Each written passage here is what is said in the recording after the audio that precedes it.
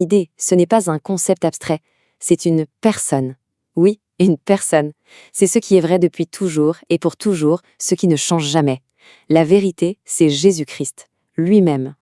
Et ce n'est pas une interprétation, c'est la parole elle-même qui le confirme. Écoutez bien, Jésus ne dit pas « je vais vous montrer le chemin de la vérité ». Non, il dit « je suis la vérité ». La nuance est énorme. Du coup, recevoir la connaissance de la vérité, ça prend tout son sens. Ça veut dire recevoir la connaissance de Christ, le rencontrer lui. Ok, donc si Christ est la vérité, ça change tout. Parce que connaître cette vérité-là, la rencontrer, ça ne peut pas rester sans effet. Ça déclenche quelque chose de puissant dans une vie. Et cet effet, c'est une libération, un véritable affranchissement de la prison du péché. Regardez ce contraste, il est saisissant.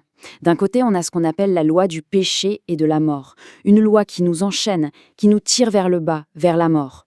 Et de l'autre, la loi de l'esprit de vie, en Jésus-Christ. Ça, c'est la grâce qui brise les chaînes, qui nous rend libres. On passe littéralement de l'esclavage à la liberté.